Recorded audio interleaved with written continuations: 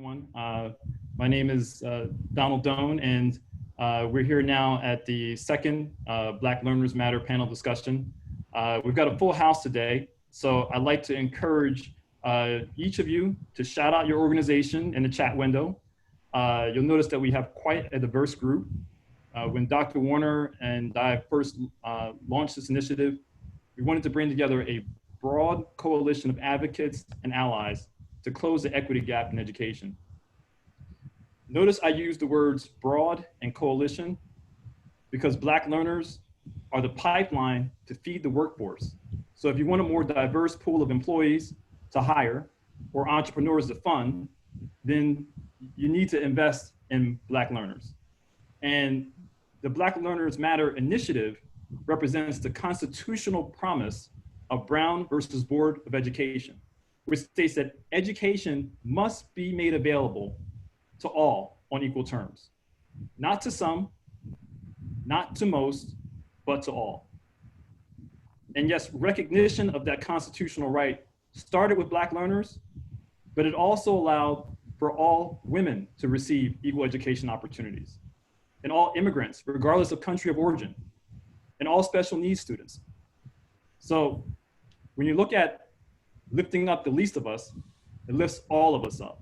Together, we rise.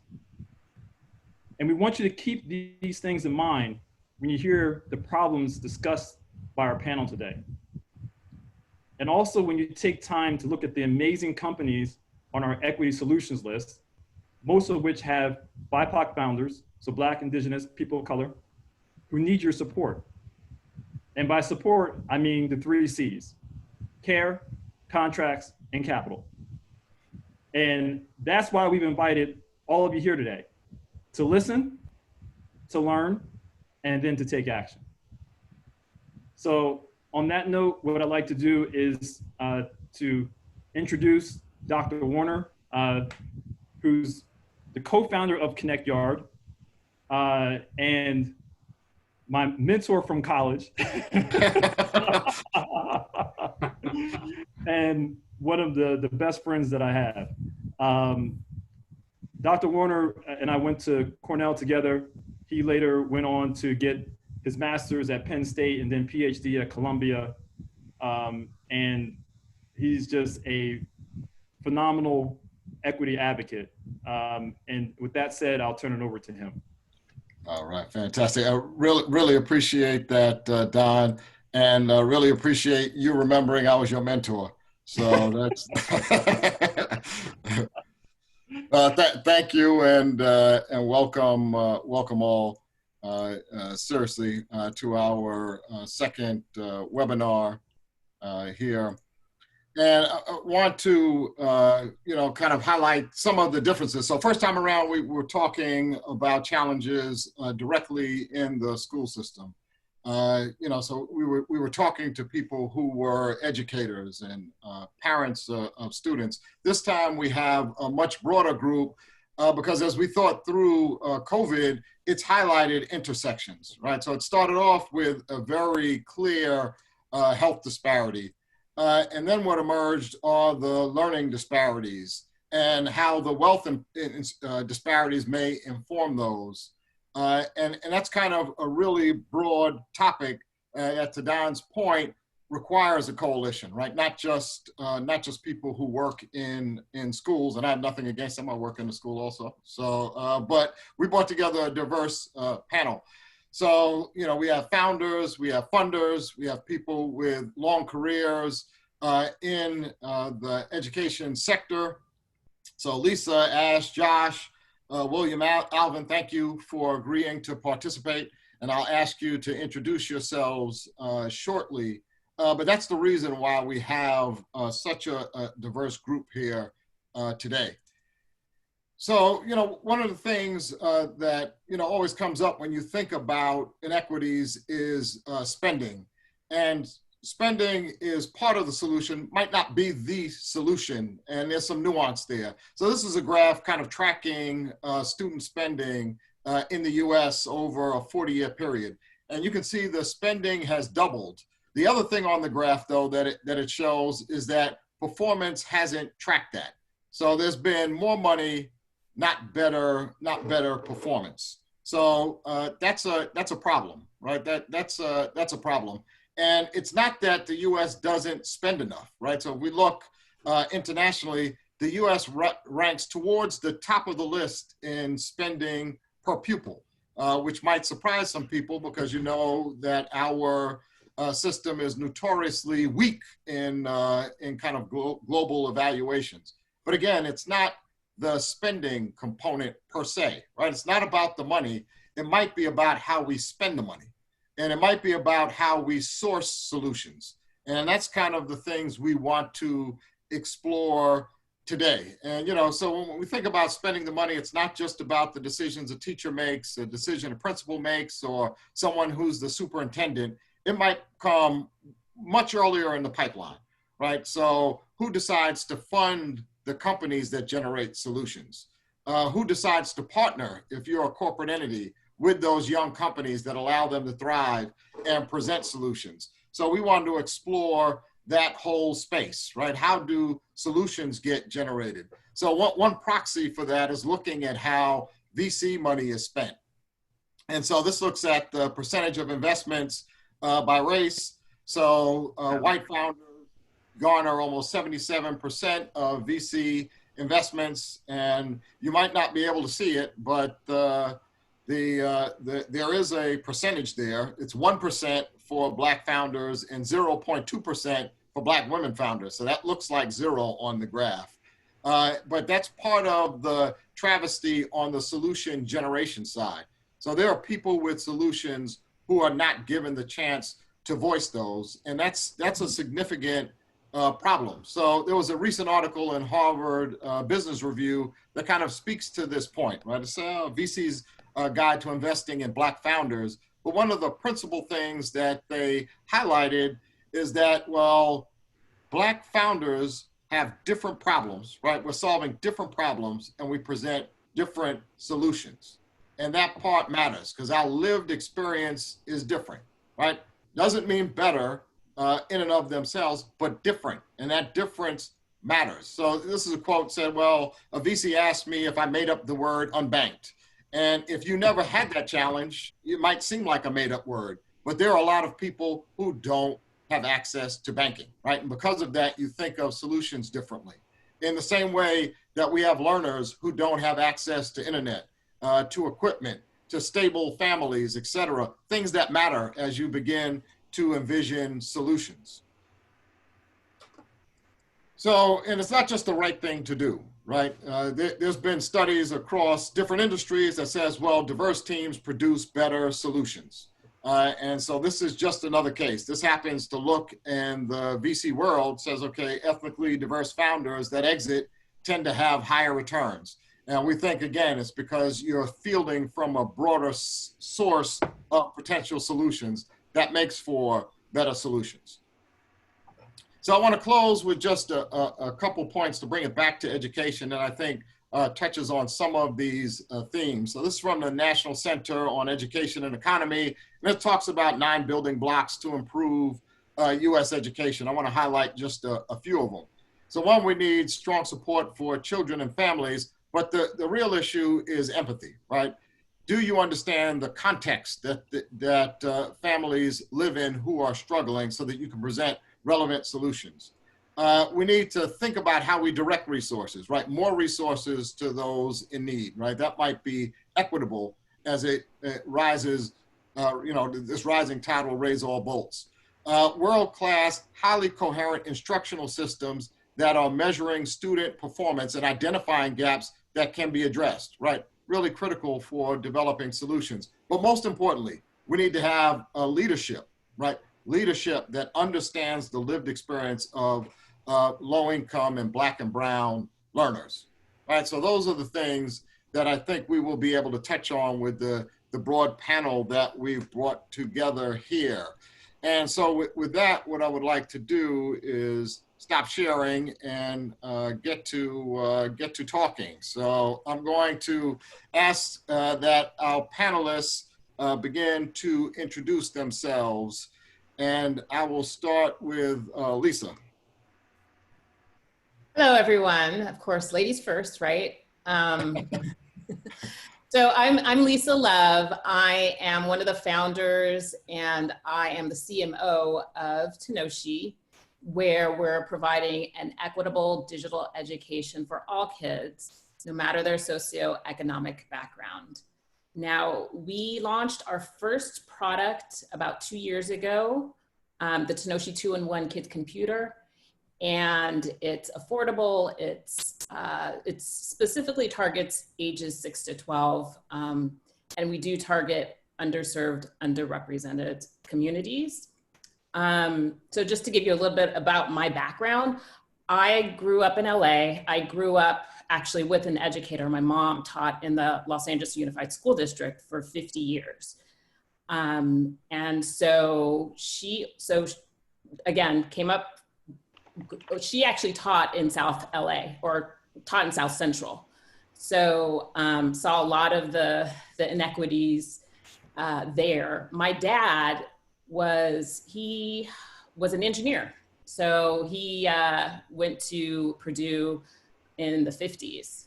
So imagine that, segregation and all. And so growing up with an educator and an engineer, I guess you can say I'm a product of my parents being in education technology. But the main thing though really is that I very passionate about equality and making sure all kids succeed. So that's my big sort of passion. Yeah, thank you for that. We love engineers, so I like to hear that. All right, let's go to Josh. Sure. Good afternoon, everyone. Good to be here. I'm Josh Poe. I am the CEO and co-founder of a company called Lincoln. We are a K-12 assessment and data analytics platform. In some ways, my background has some overlap with Lisa's, actually. My parents were educators as well. My mother was a teacher. My father was in the Marine Corps, one of the first Black officers in the Marines, and was actually arrested at one point in Virginia for impersonating an officer because the military police on the base where he was stationed didn't believe that there was such a thing as a Black Marine captain and literally arrested him. So in terms of how I came to this space as an ed tech entrepreneur, my parents as sort of educators, my mother a teacher, my father ultimately became a specialist in adult literacy after leaving the Marines. They started a publishing company, and that company served underserved communities, mostly urban school districts, and was one of the first to develop custom educational programs for major school districts like Chicago, Hillsborough County, Florida, and Detroit. So I sort of grew up in the business from that standpoint and became very interested in technology, particularly the achievement gap and the ability for technical solutions, assessment solutions in particular, and data to address some of that gap. And obviously that's an ongoing, it's very serious ongoing challenge, very much underlying some of the themes that we're going to be talking about today. But that really is how I came to be an entrepreneur, is really working with teachers to train them in how to use data and technology, and ultimately deciding that there was an opportunity to build a better mousetrap. And I started a company to address those needs and to make sure that teachers could capture real-time data and get actionable insights to benefit all learners. As you said, a rising tide lifts all boats. That's what I was hoping to do, but certainly a particular focus on learners of color. That's fantastic. So we see kind of C1B1 from both of those introductions, you know, kind of that exposure early on, really important. Ash, why don't you introduce yourself? Thank you, Dr. Warner. Ash Kaluarachi, Kalua like the liquor, if anybody asks. I'm a founder of a company called StartEd. We're an organization that attracts and develops education innovators to solve the world's largest challenges. We're in effect somewhere between a mix of a school and an accelerator for the space. My story is pretty simple. I'm a one-trick pony. I've built a few EdTech accelerators. Those organizations like Intel and Techstars have invested in about 100 EdTech companies at this point. I also spent some time in executive education in Washington, D.C., helping build a company that sold to Gartner. And I got my start in Sri Lanka, where my parents had a school for 300 kids out of our home. I should also mention this news because it was very timely. StarDead's very first exit just happened today. So we invested in a company and taught the group started in 2015. And it just so happens that our very first exit is from an all Black founded team. So Fantastic. that victory for the community today. Couldn't have planned that. Couldn't have planned that. All right, so that's fantastic. Congratulations to you. Congratulations to that team. All right, William. Yeah, thanks. Hello, everyone. William Crowder, coming to you from outside of Philadelphia. I am a startup advisor. I work with Morgan Stanley's. They're a multicultural innovation lab, which is a place where some of the tech stars and other accelerators you've heard about. But in this case, we're focused on making sure that we're working with diverse founders, women, and founders of color. Have been doing that for a few years. And along the way, I've also been an investor in startups. I ran a fund for Comcast for about 5 years or so, which was also specifically focused on investing in diverse founders. So it's all familiar territory for me. And I guess I'll join the club and say my parents used to be teachers too. So Can't be real. I know. I mean, I didn't know that line was going to come in handy, but they both were. They met as middle school teachers, and ultimately my father became a professor for many years at a variety of different colleges. So that's my story. Oh, fantastic. All right, last but not least, Alvin.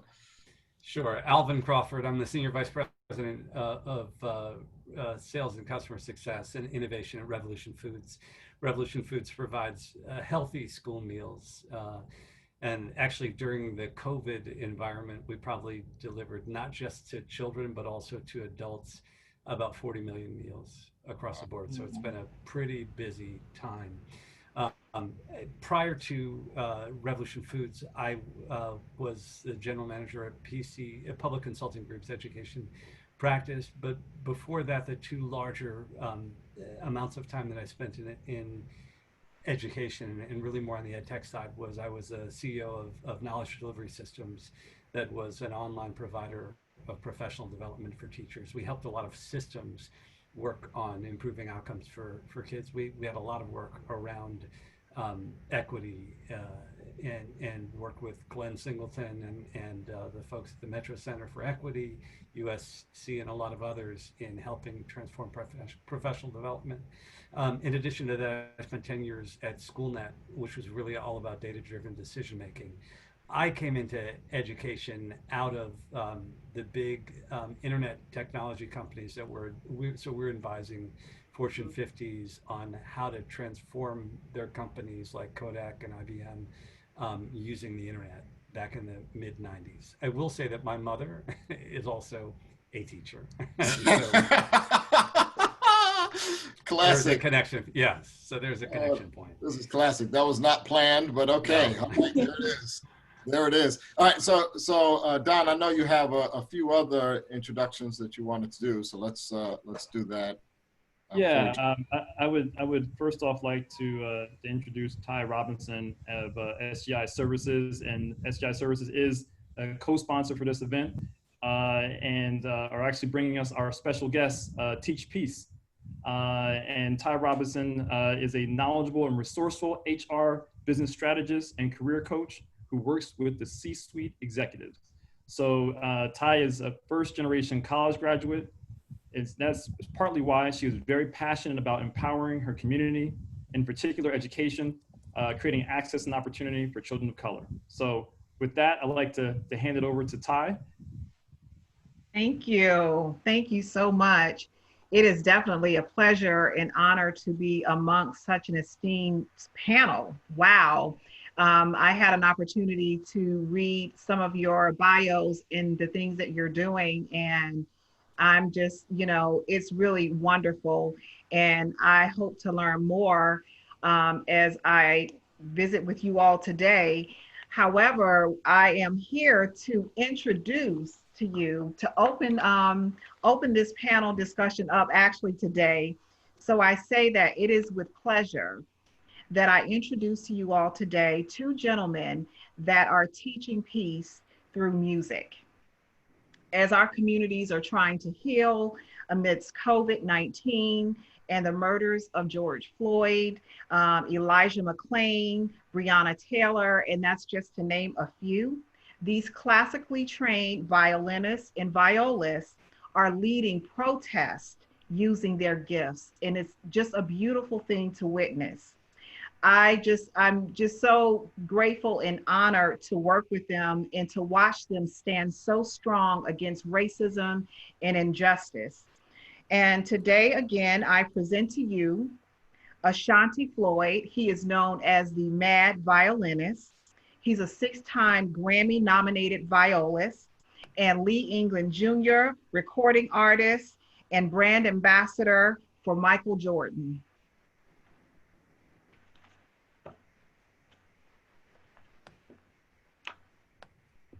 I think, Ty, we may be having a little technical difficulty. They're on the line. They are there. Okay. So why don't we do this? Because for some reason, we're not picking them up as of now. Not picking them up? Yeah. We will we'll come back. Oh, wow. Yeah, it looks like they're on the participant side, so okay. The line is muted.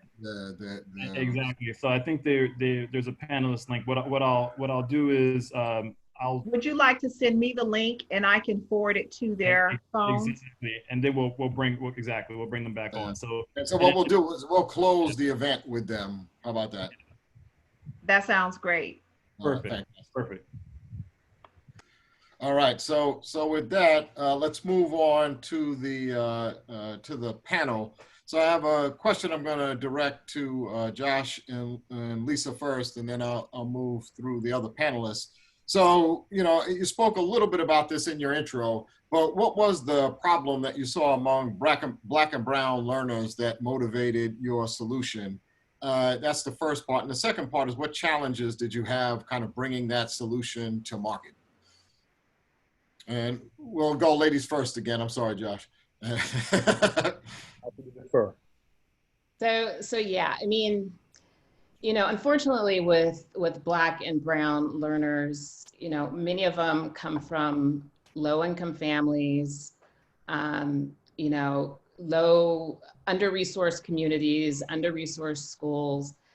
And so that creates just this domino effect, right? And, because the schools lack resources, and growing up and seeing my mom again taught in South Central LA. And so she always had to find creative ways to create materials that would resonate with her students, right? I mean, honestly, like the educational materials that existed back then and even now is not necessarily the educational materials that really resonate with Black and brown learners. And so she developed her own materials, right? She developed music and rhymes and jingles that her students would remember, And so just the inequities that, that have existed for years, for decades, that was the main issue that I saw. And that, you have to come up with creative solutions. And so that's kind of where I started. So my mom also, she taught mainly the primary grades. And so she developed a typing program for kindergartners. And again, rhymes and music, she attached a beat to her typing program. And so not only did those kindergartners, not only did they learn how to type, but it helped them with their letters and then reading and words. And so, so actually she's 83 years old right now, and she's developing a typing app based on what she taught that was so successful when she was teaching. And that's how I met Brad Johnston, who is the other founder. He was pitching at a pitch contest. And so he was pitching the Tenoshi 2-in-1, the computer for kids. And when I saw that, I was like, ding, ding, ding, you know, it really resonated with me. And I just felt like, you know, that's something that kids, along with the typing program that we're creating, that my mom's creating, you know, it's something that underserved, underrepresented Black and Brown founders really, really could benefit from. All right, fantastic. Thank you, Josh. Yeah, sure. Well, where to start? I'll be brief about it if that's at all possible. But in terms of some of the things that were motivating me to try to get started in this, and what motivated me to begin to create my solution, I would say, again, I sort of family influence, very profound. I grew up in the business, not only watching my parents as educators, but also developing curriculum and instructional solutions for school systems. One of the products that I remember most is that the company, this was when I was in college, the company that my parents founded won the adoption for K-2 social studies in the city of Detroit. So in other words, Detroit selected their product to meet the needs of their K-2 social studies program. But the interesting thing was they didn't have any product at all. And they beat the major publishers, HMH, Pearson, and so forth. And they beat it because their pitch was, the students in your city don't see themselves in the instructional materials that they have access to in social studies. We can do better. We must do better. And we're going to create a customized program featuring actual kids and families from Detroit. And that is going to be the basis of the instructional materials that we deliver for you. And we're going to do it in 6 months' time and under the budget of what it costs to buy an off-the-shelf program. And that was enough to ultimately win that business. And it was very profound for me because I had an opportunity to see, and I was only tangentially involved with the development of the program, but I had the opportunity to see the power of that sort of representation, that sort of that manner of addressing this equity piece that we're talking about. It had a very profound impact on me. More specifically, with respect to, I'll pivot a little bit. I got interested in data, as I mentioned, and technology, being of a somewhat different generation than my parents. And I was specifically interested in grade inflation relative to standardized test achievement. And I was working a lot in Florida, large Florida districts at the time. And one of the real profound challenges that they had was that you had students that were B+, A- students getting good grades all along, but not proficient when it came to taking the standardized test, the FCAT as it was at the time. And that was such a huge problem. Parents were up in arms. How can my student be an A student or a B+ student and still not be proficient on the state test? And it was particularly true for students of color. So I began my efforts to try to build a technology system that would mitigate that disconnect, give teachers more real-time feedback on student learning so that there wouldn't be this surprise at the end of the year driven by accountability. I'll say this last point, as far as the challenges that I had in bringing the solution to market. One of my very early experiences, and it really ties into that Harvard article you shared, pitching VCs. The first time I had an opportunity to do an on-site pitch with a VC, I'm not going to mention which VC it was, but my partner and I traveled by train in the early days of Linkit to try to make this pitch. We got to the VC's office. We were very excited, obviously very nervous about the opportunity. We made our pitch. I started talking about the achievement gap and what it meant for Black learners economically and certainly from a moral obligation standpoint. And the VC, who happened to be white, at the conclusion of the presentation said, okay, so you mentioned the achievement gap. I don't know what that is. Is that the inability to get into an Ivy League school? I'm not familiar with it. I can't quantify the problem. If you came in here talking about that you had a solution to get my kid into Harvard, into Princeton, into Cornell, there's no check that I would not write. No check. I would write that right now, just name the number of zeros. But because I don't really understand what you're talking about, I've never heard of it, I don't know how to solve it, And I'm not even sure how to quantify it. I have to pass, but thank you for your time. And that to me was a very formative experience, obviously a very challenging one. Ultimately, we never ended up taking any institutional capital, partially as a result of many conversations along similar lines. So that's, I think, a continuing challenge for Black entrepreneurs that are trying to address issues of equity. Ouch, ouch, ouch. Again, I think, kind of the story speaks to the empathy that you need to develop solutions for people, but the empathy that's needed on the other side. So William, Josh said, it happened to be that the VC was white. That might not be happenstance. So you've been in this space for quite a while. So I'm curious if you now. I'm curious if you've seen any of this change, right? The receptivity for this kind of solution space. Kind of what are you seeing in terms of the trends, or has it not changed? Yeah, no, I think there are things that have changed, and then there are many things that have not, which is the reason why we're seeing all of these people all of a sudden say, I hear you, and we're going to devote money and all this other stuff. So, I think there's reason to be, there is reason to be optimistic that things are going to be different. But there's also reasons to be just as cautious about that as we historically have been, because it requires a level of trust that no one has earned.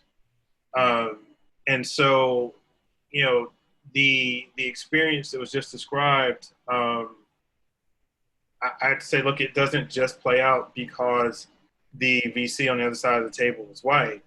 What it really speaks to is the fact that there's always been, historically, there's been a mismatch since the very beginning the industry was founded, a mismatch between reality and the thinking, and largely from the Valley, but generally across the entire space.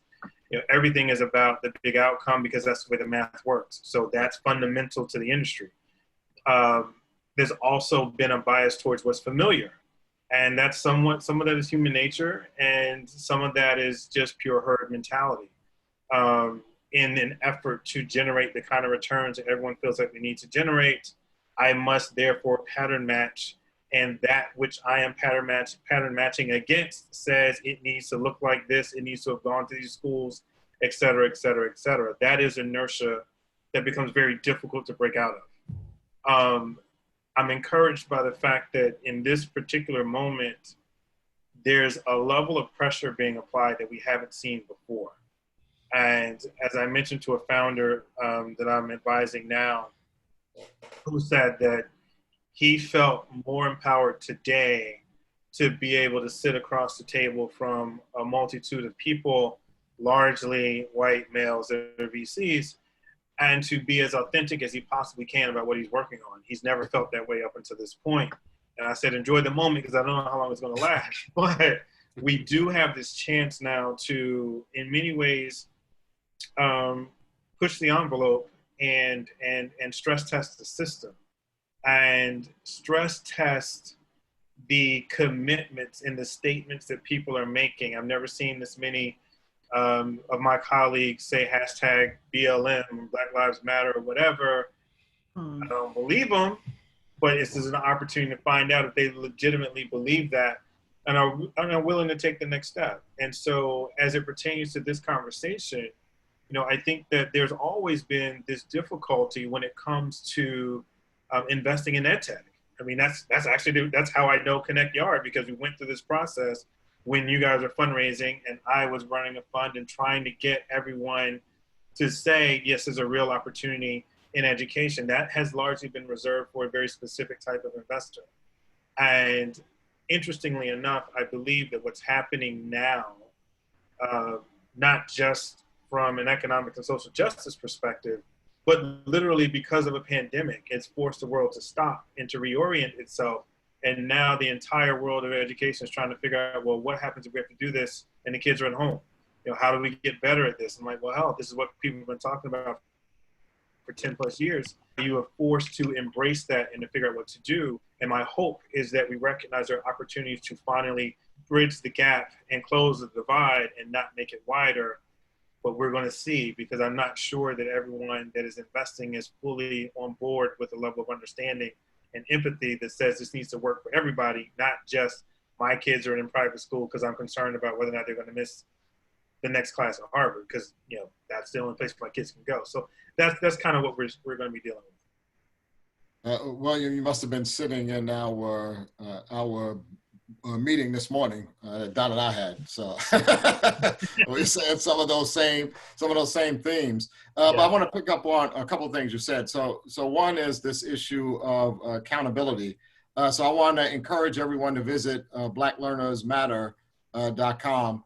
Because we're compiling a list of solutions, and part of the thought is just that. So the more we know about solutions that are being offered, the more we can track what happens with those solutions and begin to hold people accountable to their words. So if you know people with solutions, and I saw some posted in the chat stream, please add them by visiting blacklearnersmatter.com. But the other thing I want to pick up on is this issue of trust, because I think that speaks to a lot, right? This idea of trust and pattern matching is related to that trust, right? It's like, well, I'm going to pattern match against things that I already know and already trust. So I want to direct this to Ash. So I was looking at kind of EdTech Week and you guys running Shark Tank type events, with the explicit purpose of bringing people together for those introduction to, investors or someone who might be a partner, et cetera. So, kind of what's your take on kind of the pattern matching and the effectiveness of the warm intros in kind of breaking what people perceive as the accepted pattern? Oh, great question, Dr. Warner. So I want to frame that in the context of all education challenges. So most problems in education tend to kind of root cause into what I like to call the 3 A's. So they're around achievement, affordability, or access, right? And the problem that most entrepreneurs tend to have is around access, right? And that's the second part of StartEd's mission, by the way, to provide access to the capital, customers, and culture you need to grow your company. The interesting part about access is that those of us who have it might not be aware we have it, right? We're privileged. And the degree of access depends on the type of resource you also need. For example, most folks believe that access to capital is the problem, but truly when you're getting your company off the ground, access to the time and effort of people who can change the future of company is probably even more important. And pattern matching comes into play even on those kind of non-financial resources that tend to be also important, right? Most founders encounter this issue when they go to a VC and say, "Here, by the way, you're too early. Why don't you do a friends and family round?" Right? And like a non-founder looks around and it's like, I actually don't have any friends and family that invested. Says maybe some fools, maybe some of that third F, but most folks don't have access to that time. So you have to kind of weigh and judge who you're going to, but also what you're asking for, right? So I think that's one point of confusion around access. The second I want to talk about is really around this idea of figuring out, having the empathy to figure out where the problem you care about matches up with the person that you're trying to get to, right? So whoever that is, if you are able to show that you're the #1 expert on that particular problem in the world, you don't even need to talk about your solution. You already have, you have all the talent, capital, access you need. You just have to be an expert on that problem, right? And when it comes to discussing problems, most folks tend to be really passionate about the solution they've created and tend to jump to that. But pausing, having the empathy to talk about the problem allows someone who may have capital, who may have more access, to say, you know what, I really care about that particular problem too. I want to learn more. And that's how you kind of get that initial buy-in. So pause, have the empathy to understand that person's interests and problem space, and then you create a point of connection to gain that access. Fantastic. And you provide me an opportunity for a second plug here because I failed on my first one. So you're right. It's not just about capital. It's also about partnership, et cetera. And at blacklearnersmatter.com, you can also add yourself as a partner. So, if you're not in the solution space, as generated solution, we're also looking for partners to help anyone on that solution list. So Alvin, again, you're last but not least, and this is the last time you will be last. Please go ahead. But yes. I'm gonna change the question up a little bit that I was thinking about, not a little bit, a lot of it that I was thinking about asking you based on what Ash was talking about. So you kind of have broad experience in the kind of ed tech market. I know you've done some surveying of the field. So I'm curious to get your perspective on this idea of access and pattern matching. I was going to ask you something food specific, but I want it to be more broad in this case. So, and I think you're asking about do I see and witness in terms of the provider landscape? Yes, correct. Do you see and witness? That's what I like. What you led with. Yes. Yes. No, I've been fortunate to have worked in a lot of companies. I've been fortunate to have raised a lot of money. I've worked across the spectrum, and what I have seen is that often in our industry we aren't in positions of decision making and authority when it comes to larger corporations. And certainly the investment in companies of color has been challenging. I do think, on the other hand, when you talk to superintendents, they're looking for people who understand the challenges that they face. If you think of product development, if you understand the issue, and I'll give you a great example. I worked at a company where they said, the problem in education, if we could just get those kids to show up at school and then to not act up, we'd solve it. And the context, well, one, that's a big company, but two, the context is that you need to understand the real underlying problems that exist. And from the systemic side, and I'm going beyond your question for a second, just because I do think that we all have to understand that the education system is probably no different than policing. Instead of shooting people, we're not really exercising their brains in the way that we need to. A lot of that is stemming from the same issues. And I think we all need to understand that kids basically need to feel safe and loved to begin with, which is where the food comes in. But I think beyond that, the teacher is the single most important in-school factor that impacts kids. And we all know from our own experiences that when a teacher believes in you and expects the most of you, you become successful. And I think the challenge that we all have to think about is, do our systems meet kids where they are? And do we effectively believe in them, set high expectations, and know who they are enough to actually provide them with ways to learn that are meaningful to them?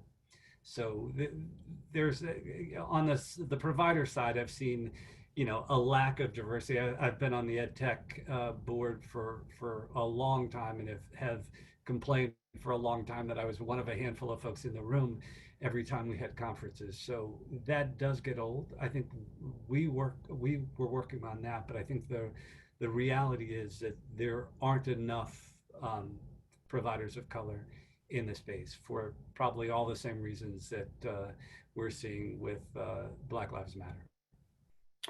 Indeed. I appreciate your feedback, particularly, again, that this empathy that Ash introduced is really, like you said, both sides. You need to kind of step back, see the problem, but everybody needs to see the problem. And I'm curious. So I know you said, well, you're stepping beyond my question, and you might have cut yourself short. So I'm gonna open up another broad question to the whole panel, but I'll invite you to give feedback first Sure. this time. But, kind of thinking about the collective responsibility that we all have. So, I mean, you mentioned kind of parents and teachers, et cetera, just going kind of broad coalition, founders, funders, kind of corporate entities, kind of what do you think are what is the key collective responsibility that we have? Just to allow you to expound on kind of where you were going a little bit more. Sure, thank you. So if we're going to change education and improve the outcomes for kids of color, we are going to have to think about how the system um, has been working. We have to. So if you think about systems, we know that our students of color are not scoring as well on tests. I'm not a huge believer that test is the judgment, but we know that 70% of teachers or more are white middle-class women who may or may not have a relationship with the students that they serve. They are capable, just like any teacher is capable, but it's understanding where you are, understanding your own biases, and understanding how to meet and reach the kids that are in front of you and teach them like you would teach your own children. So we know that that's important. That is not always the expectation that we set as principals, because if you look at discipline policies, if you look at a number of things, there are entrenched systems that we need to fix in order for us to reach kids. I will say with COVID and with online learning, I think there's another important factor, which is that when we start to understand our children, and I'm saying all of the kids in the classroom, and understand that they all have different needs, and get to know those kids, we can actually leverage remote learning in different ways than we are now. It's not this kind of generic one size fits all. Where we need to go is personalized learning across the board. And what that means is that you and I may learn differently. We may care about different things. And as a teacher, our responsibility is to understand how to motivate you, Dr. Warner, and how to motivate this other child, and how to help them reach their own potential. And I'll use one quick example, and that's that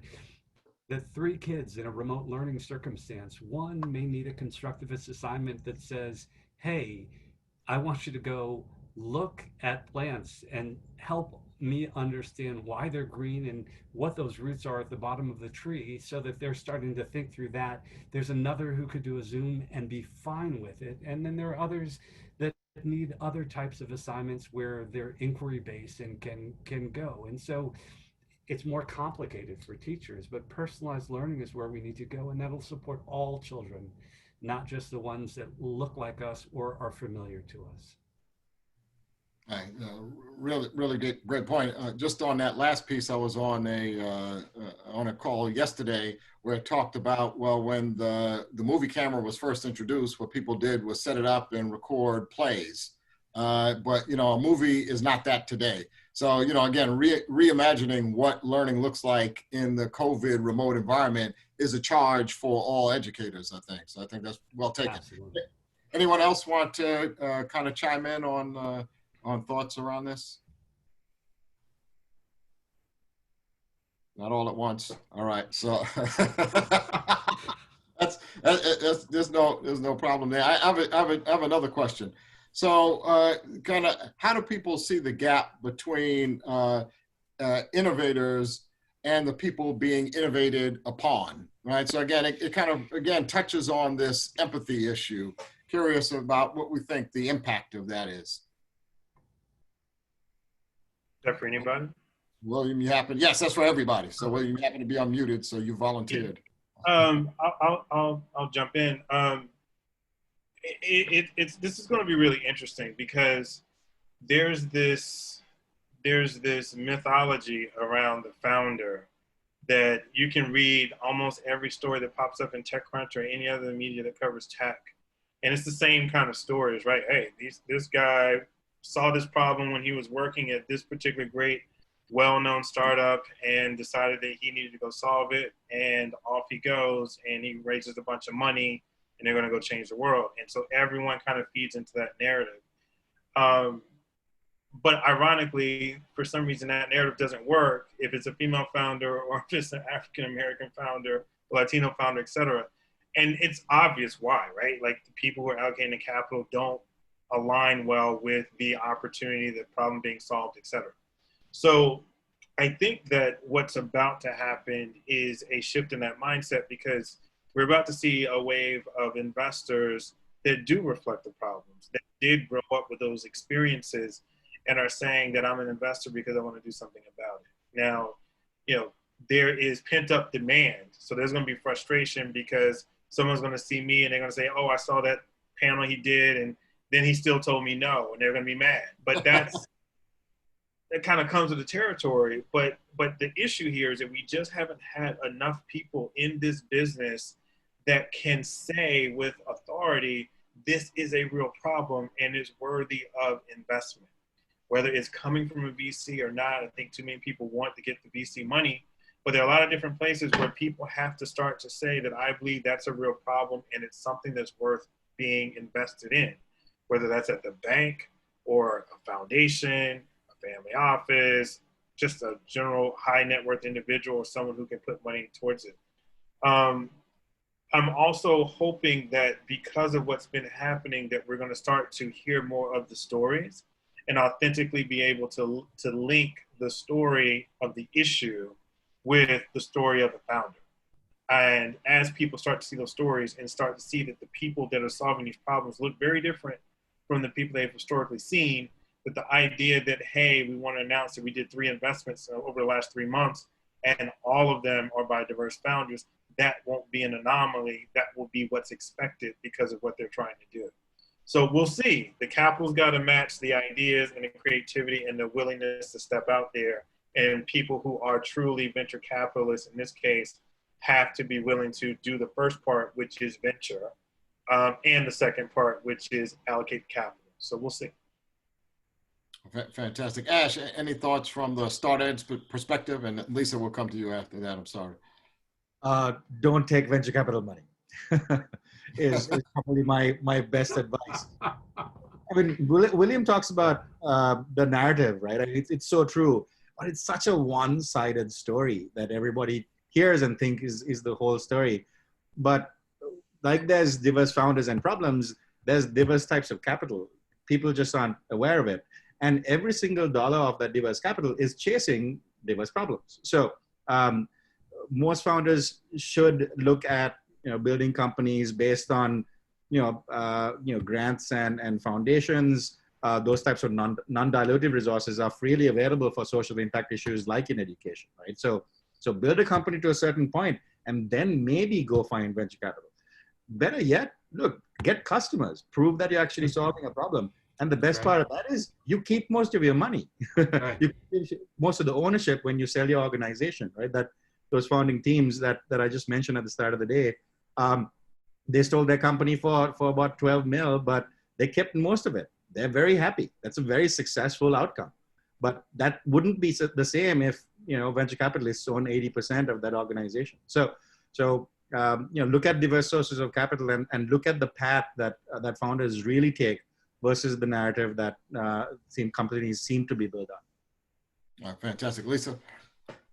Yeah, so I just wanted to mention, you asked the question, what's the gap, right, between the innovators and those being innovated? So what is the gap? It's the way I see it, it's diversity, right? The innovators, like we've said, they're white men, they're Asian, right? Those are the folks that are innovating.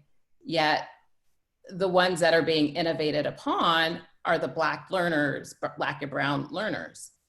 And so to me, it just seems like a big disconnect, right? You've got these white Asian males that are trying to innovate for, Black and brown learners. And I don't know that they can really empathize.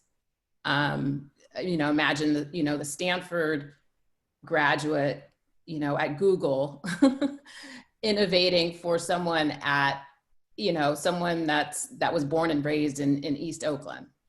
And that was, that's kind of what I was touching on earlier, is the fact that the material that's being produced is not necessarily resonating with who we need to really reach out to. Someone mentioned testing.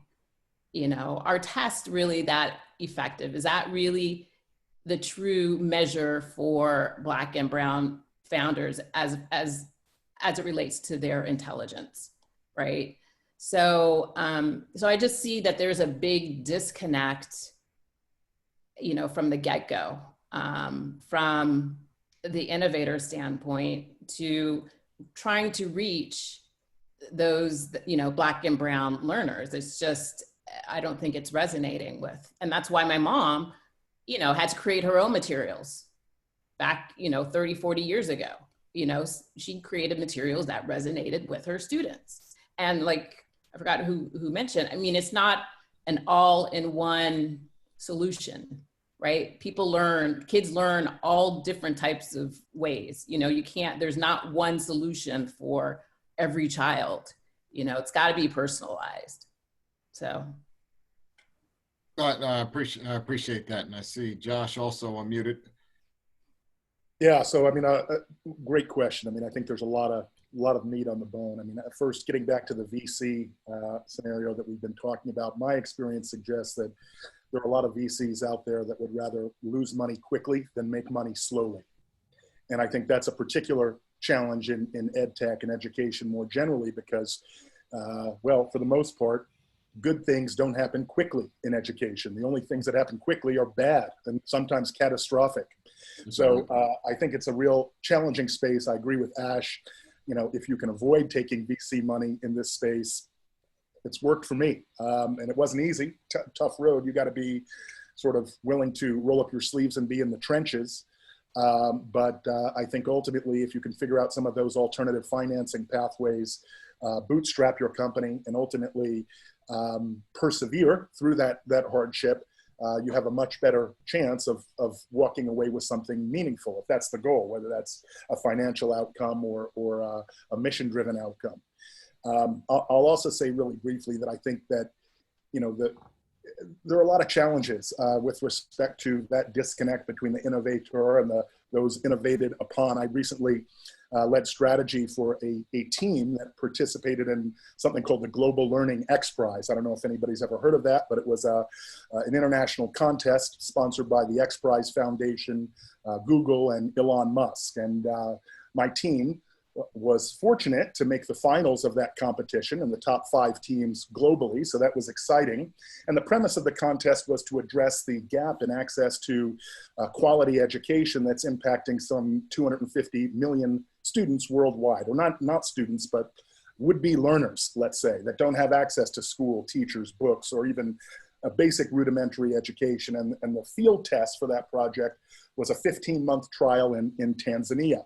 So while obviously as someone who considers themselves empathetic and has certainly dyed in the wool when it comes to trying to address issues of equity, my ability to relate to a 7-year-old in a remote village in the mountains of Tanzania, probably not that great.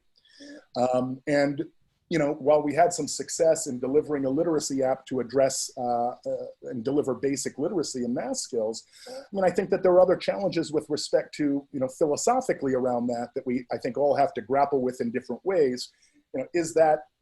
What are we exporting to Tanzania? Is that level of literacy in an environment that is basically a print desert where there are no books, there are no signs, there's nothing to read? Are we sort of presupposing in that the only viable way to validate oneself and one's achievements is to leave the village and to go to the city, be a doctor, be a lawyer, pursue a sort of westernized style of achievement and accomplishment? And I think there's some problematic aspects of that as well. So I think there are a lot of ways to think about this disconnect, and it's not necessarily just, it's white folks or Asians innovating for Black learners. That's certainly part of the story, but it's complex. Very much so. And so, Lisa, I know I made a promise to you that we were going to close by 5, and I'm going to break that promise slightly. There it is. But I understand if you have to jump.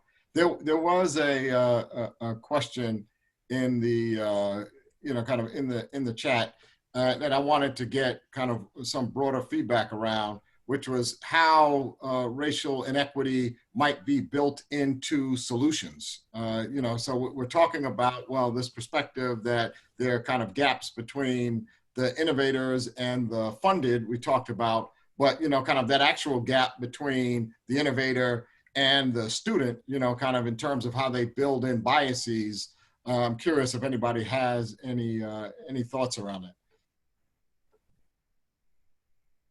Well, I mean, the first inequity is that if you don't have a device and you don't have internet connection, you can't actually use any of it. A lot of the homework apps and things like that are really not practical and functional unless we improve the policy around device and technology. I know Comcast had been pushing kind of things back in the day, but I do think that that's one component.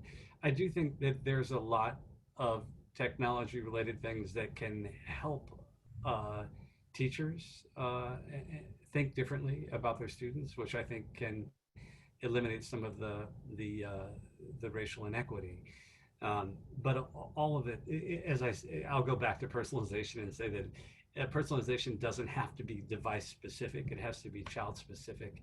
And so we can thrive if we're really moving that far down the line. So it doesn't have to be an excuse for us not serving kids because they can't be at school and they don't have a device. It just depends on how committed we are to making a difference with our youth. I do. I love that response. Lisa, I don't know if you have any thoughts. Love to catch your feedback before you may be forced to jump off.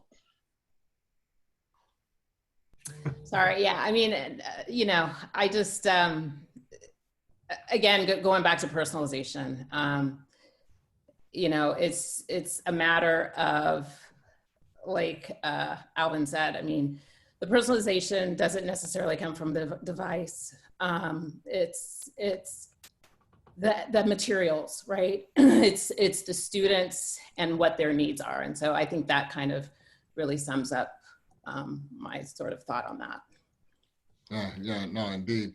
And again, I appreciate kind of Alvin's comments. One of the things that kind of we've been advocating at ConnectJar to William's point for over a decade is this issue of access. You know, kind of you think about disabled learners, and rightly, if you go to a web browser, there is something for that, right? So there's alt images, alt text, etc.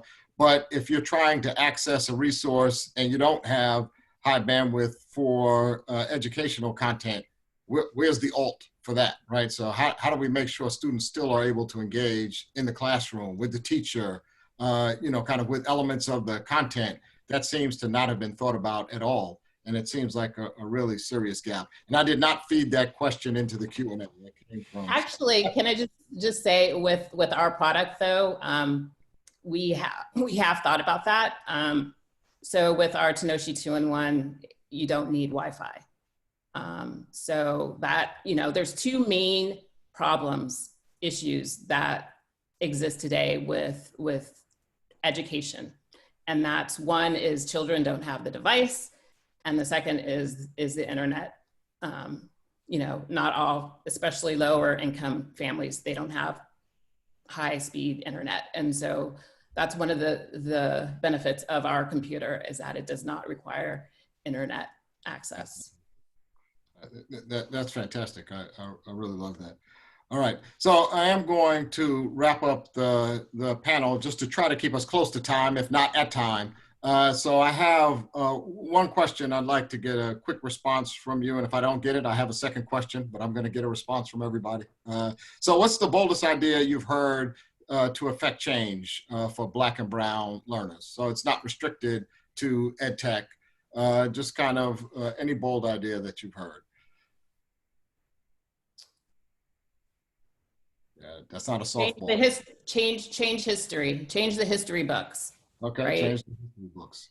I like yeah, that. rewrite history so that you know, kids are learning about Juneteenth and learning about Black Wall Street. You know, it starts from, I think, from the beginning, and that's kind of bold. I don't know if that will ever happen, but I think if more like Black history classes from early on are integrated into our education system, I think then that sort of segues into more understanding and more empathy for Black and Brown, just the culture and all the challenges that happen.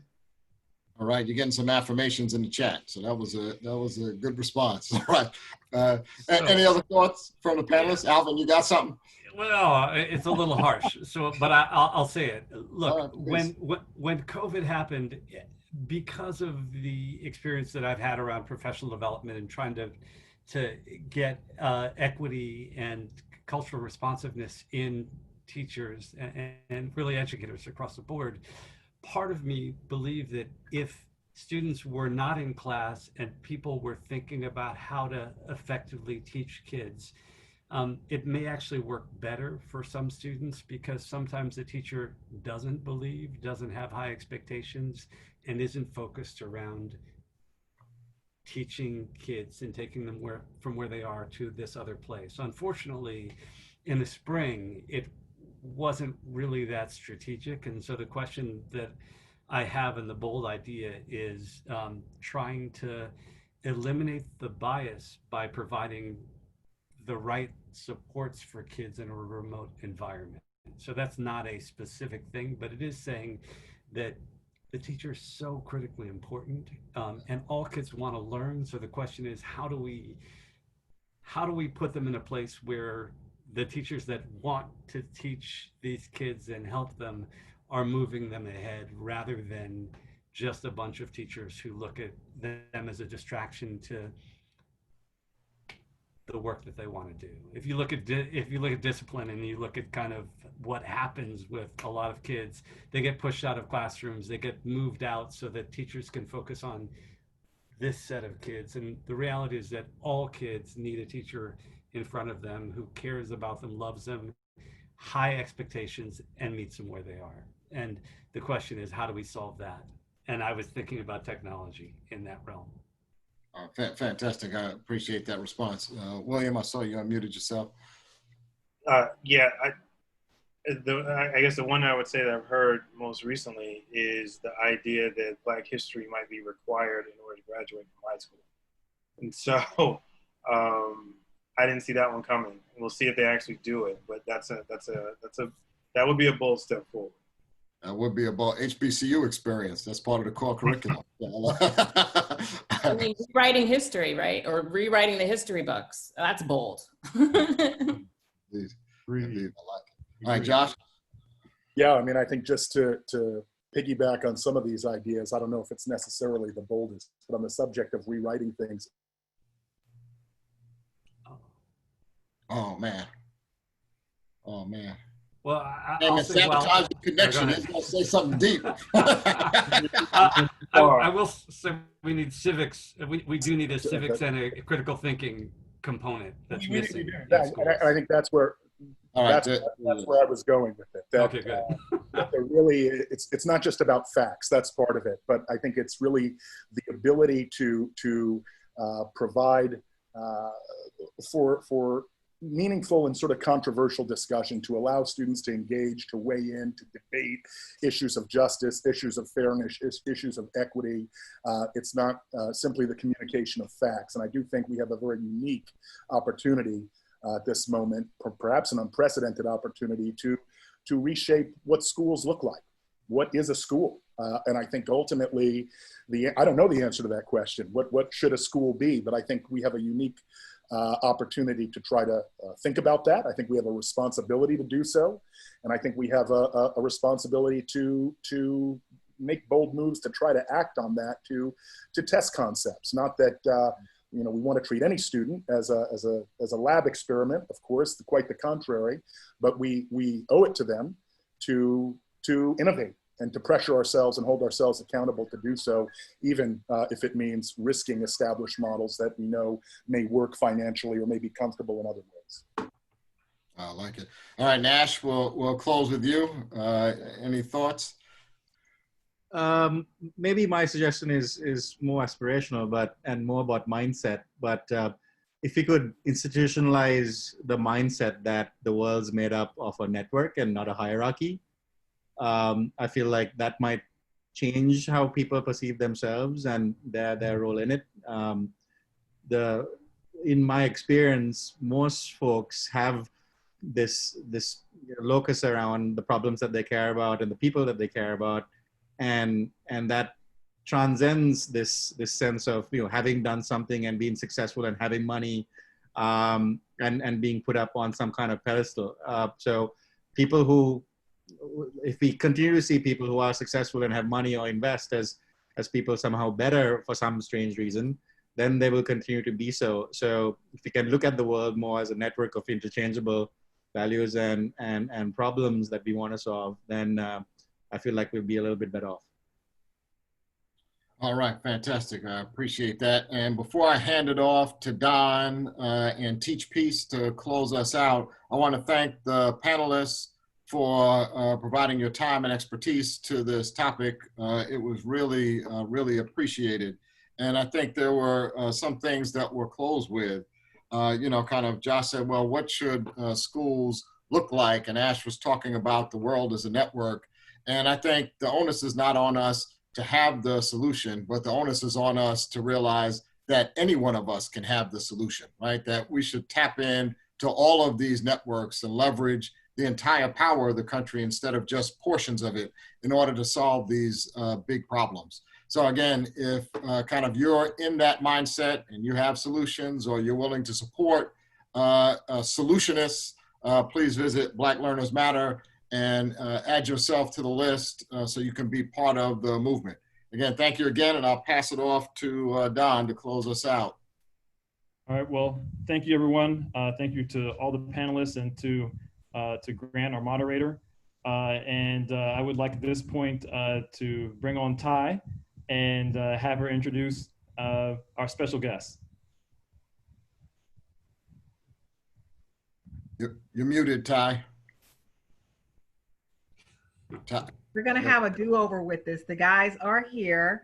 Okay. So again, it is with absolute pleasure that I introduce two gentlemen today, and that is Ashanti Floyd, known as the Mad Violinist. He is a classically trained violist and a 6-time Grammy-nominated artist as well. Also, we have Lee England Jr. Lee England Jr. is also a classically trained violinist. Lee is also a brand ambassador for Michael Jordan, and he's not only a violinist, but he's also a vocalist. So without further ado, let's bring them on. Hello, hello. Ashanti is starting out first with us this afternoon. Hey guys, Ashanti here. I'm going to try to plug my phone in to give you all some good professional sound. So I hope you guys enjoy this.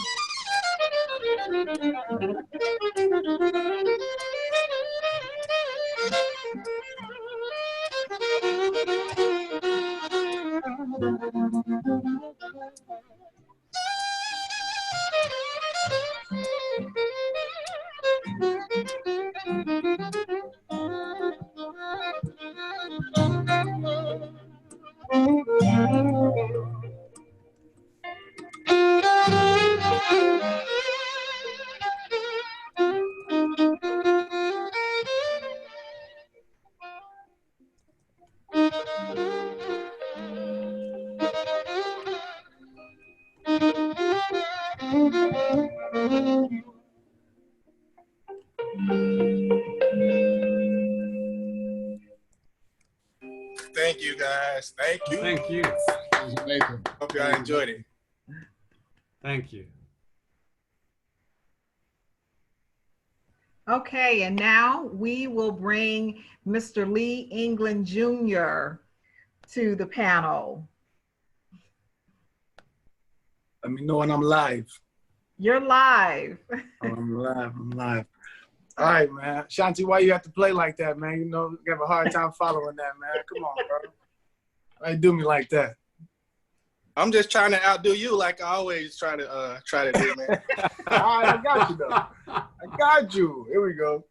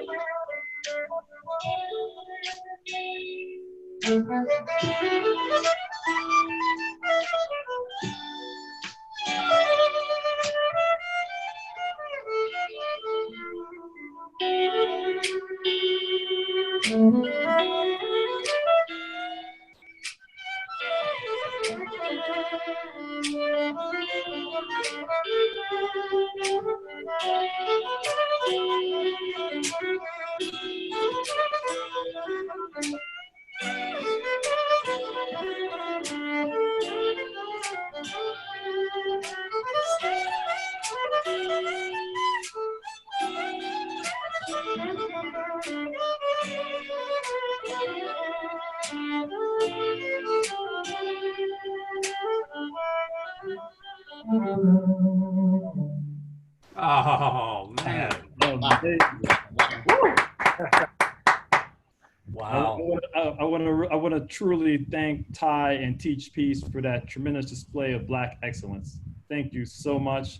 And I want to thank all of our panelists, our attendees. I want to thank everyone for their support. And I want to remind you about the 3 C's, okay? Because again, we have a magnificent list of companies that are working to solve and close the equity gap. And they need your care, okay? They need contracts, and yes, they also need capital. So if you can help in any one of those 3 areas, sign up, stand up, reach out. Their contact information is on the list. Thank you all so much. Thank you for hosting. Thank you. To everyone. Thank you.